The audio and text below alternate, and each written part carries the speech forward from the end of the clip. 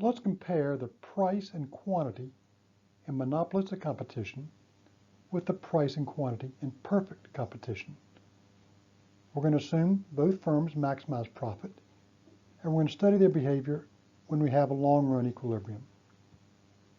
Two conclusions arise.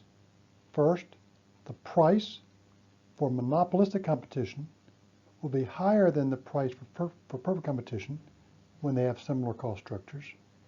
That means the quantity sold by a monopolistic competitor will be less than the quantity sold by a perfect competitor. The proof is fairly simple. In perfect competition, price equals the minimum average total cost, which equals marginal cost.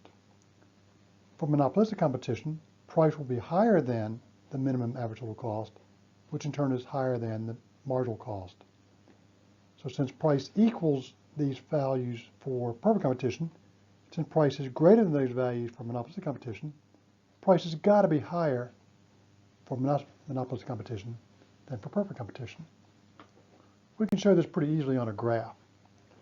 Let's start off with let's do a graph. We'll start with perfect competition. We got quantity, we'll have dollars, average total cost, and in the long run, the minimum average, the price, in the long run, oops, big dot theory, in the long run, price will just equal the minimum of the average total cost curve. So let's say that occurs at a quantity of, say, 100, and the minimum average total cost is $20. So price is $20, and the firm will sell 100 units of output. In fact, we'll write those down. Price in PC, a perfect competition, will equal 20. Quantity in perfect competition equals 100. Now, what happens in the long run when we move to monopolistic competition? Well, now the demand curve has a negative slope, so it's got a negative slope and it's tangent to the average total cost curve. Oops, let's change that guy. I can do this. Let's change that and make it a different color. I thought I clicked blue, but it apparently didn't work. So here's my new demand curve. What's happening?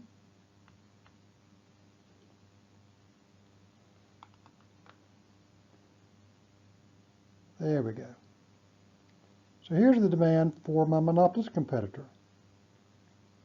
Mono comp.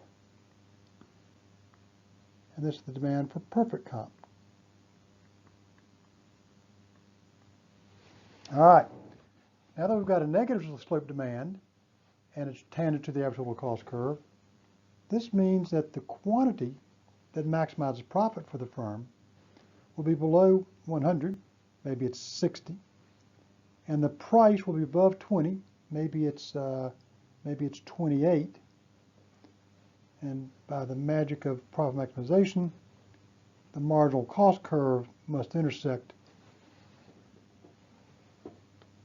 the marginal revenue curve must intersect the marginal cost curve at quantity 60, if that's the quantity that maximizes profit.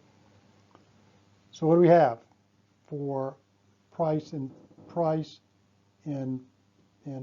monopolistic competition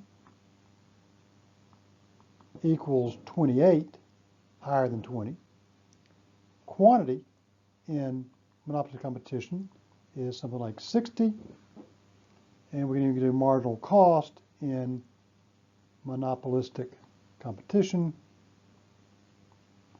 is something really low, it's something like $8.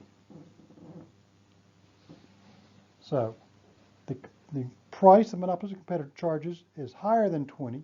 It's higher than the minimum average total cost, and it's higher than the marginal cost the firm pays when it maximizes profit. For perfect competition, 20 is the price. It's also the minimum average total cost, and it is marginal cost when the firm maximizes profit.